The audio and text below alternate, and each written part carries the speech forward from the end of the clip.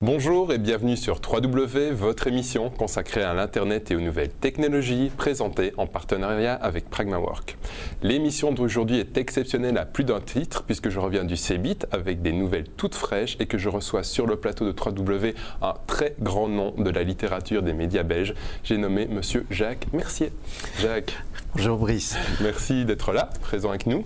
Avec plaisir. Alors, c'est 45 ans de présence dans les médias. Hein, à la RTB en tout cas, 45 la radio, ans. La télé, tu es là partout. Et puis très rapidement, on a vu le Jacques Mercier Web 2.0 présent dans son blog très tôt et puis maintenant sur Facebook. Alors comment t'es venu cet attrait pour la communication directe? D'abord c'était un cadeau d'une fan. Tout à coup elle m'a dit tiens il faudrait un fan club il y a 2-3 ans. Oui.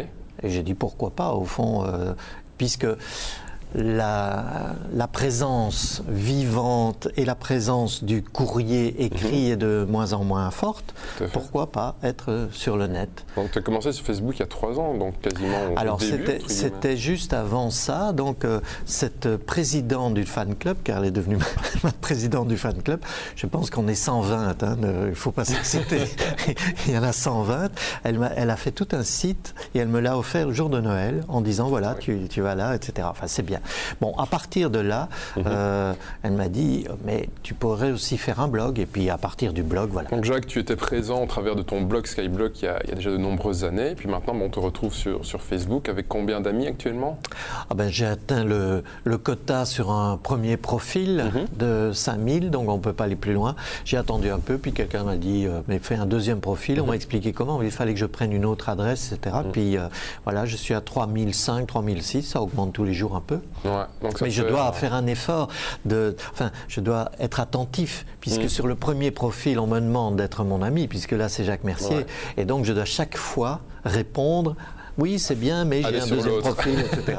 Et alors il faut faire la démarche de venir sur l'autre. Et donc, par exemple, il y a la sortie de ce nouveau livre, Excès, aux éditions La Mute. Très très bon livre que je conseille. Et est-ce que tu utilises alors Facebook pour communiquer vers les gens, leur dire voilà j'ai un nouveau livre, il y a une séance de dédicace bientôt, etc. Bien entendu.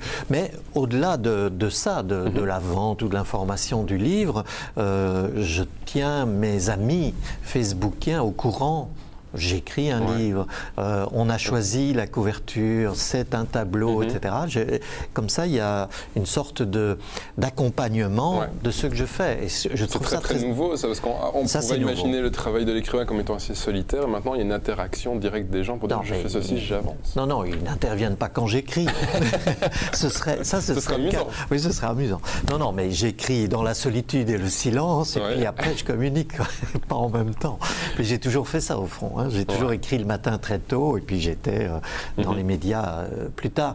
Donc là, oui, c'est une sorte, je ne sais pas comment expliquer, une sorte de, enfin ce qu'on sait maintenant du net. Donc on peut expliquer ce qu'on fait, mais par exemple maintenant j'ai une angoisse puisqu'il y a un nouveau livre qui sort, je le dis et on me rassure. En disant quoi que vous écriviez, c'est bien d'écrire, c'est bien de témoigner, et c'est très très très intéressant, vraiment très intéressant. De chouettes échanges en direct. Oui, absolument. On va revenir à toi, on fait un petit détour par l'actualité de la semaine très rapidement. Alors, l'actualité de la semaine est consacrée au CeBIT de Hanovre, qui est le premier salon mondial du marché numérique. Le CeBIT en 2009 avait attiré 400 000 visiteurs. L'édition 2010 se déroule du 2 au 6 mars. On retrouve cette année près de 4500 exposants de 70 pays différents. Je me suis baladé ce mercredi toute la journée dans ce dédale de démonstrations et de gadgets en tout genre. Le moins que l'on puisse dire, c'est que la 3 dimensions est très présente au salon. À croire que les effets 3D du film Avatar feront bientôt partie de notre paysage quotidien. J'ai pu tester les cartes 3D pour PC de Nvidia et je peux vous assurer que ces nouvelles technologies vous plongent radicalement dans le cœur des jeux vidéo. On ne sait pas quand Nvidia compte commercialiser ce produit ni combien cela va coûter. Nous savons par contre que ce système demande un écran gérant, un rafraîchissement de 1200 Hz ainsi que des lunettes 3D. Au salon, J'ai pu également découvrir une télévision créée par une entreprise française et qui permet de voir un film en 3D sans nécessité de lunettes 3D additionnelles. Le prix de cette télévision reste raisonnable pour ce type de technologie, aux alentours des 8 000 €. Par contre, il faut des films très spécifiques tournés avec la technologie créée par l'entreprise Serious Factory pour que les films diffusés par la télévision apparaissent en 3D. Cette technologie sera visible dans des foires et des magasins où des téléviseurs diffuseront ces vidéos publicitaires en 3 dimensions. Une autre tendance très forte est celle des livres électroniques. Je vous ai souvent parlé de ces gadgets et je peux vous dire qu'au CeBIT, j'ai vu beaucoup de modèles dont je n'avais jamais entendu parler. En effet, au CeBIT, les fabricants chinois, japonais et coréens ont montré beaucoup de nouveautés intéressantes qui devraient être disponibles pour la fin de l'année 2010. Jacques, oui. On revient à toi. Oui. Les livres électroniques, on en parle justement. Qu'est-ce que tu en penses, toi, en tant qu'écrivain ?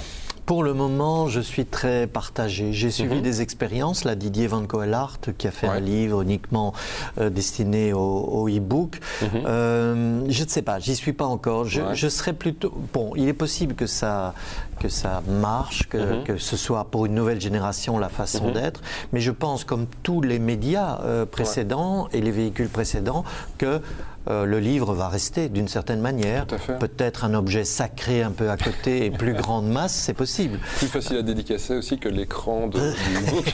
Ah oui, encore que ça se fait pour les livreurs de plus en plus. Cela dit, je disais il y a quelques années que probablement j'écrirais jamais sur un écran. Or maintenant, mes derniers livres, je les ai tous faits directement sur l'écran, sans l'écriture. Je crois que c'est une question d'habitude, d'évolution, et donc peut-être que, comme on lit déjà maintenant sur l'écran, on pourra lire les livres aussi, pourquoi pas.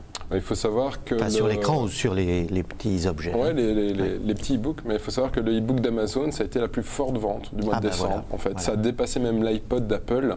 Et tu n'as encore jamais publié comme ça en format électronique ? Non. Pas encore, mais... C'est vrai que c'est encore assez timide. En Belgique, il y avait la Renaissance du livre qui l'avait fait tout un moment. Luc Pierre avait lancé aussi, si je me souviens bien. Mais oui, il avait lancé et il m'avait dit que ça ne marchait pas très fort. Et je suis resté sur cette impression, mais effectivement, j'ai entendu des chiffres. C'était trop tôt. C'était il y a, je me souviens bien, Luc Pierre, c'était déjà plus de 5 ans qu'il avait lancé l'idée. Trop tôt, c'est pas bon non plus. Non, avoir raison trop tôt, c'est souvent avoir tort, malheureusement. Voilà. Donc voilà. Et là, je vais probablement suivre, ou mes enfants, mes petits-enfants suivront. Oui, tout à fait. Mais écoute, Jacques, on arrive déjà, malheureusement, à la fin de l'émission. Donc, on va signaler ton site web. www.jacquesmercier.be. On peut te retrouver évidemment Facebook où tous les jours on peut suivre aussi tes humeurs. Oui, alors il y a Jacques Mercier et puis Jacques Mercier 2, avec un trait d'union. Oui, c'est celui qui te ressemble très fort et qui dit les mêmes choses que toi. Voilà, exactement. Voilà. Donc on peut te rejoindre là-bas pour voir sur ton actualité, voir tes impressions, etc. On rappelle la sortie de Excès. Oui, alors c'est dans quelques jours en librairie et je signe samedi 6 mars à 18 h. À la Foire du Livre. À la Foire du Livre. Ok, très bien. Je te remercie de nous avoir accompagnés pendant toute cette émission. Voilà, 3W, c'est fini pour aujourd'hui. Vous retrouverez tous les liens des sites web et autres gadgets technologiques évoqués pendant l'émission sur www.pragmawork.com/3W. Merci pour votre fidélité et très bonne journée à tous sur Liberty TV.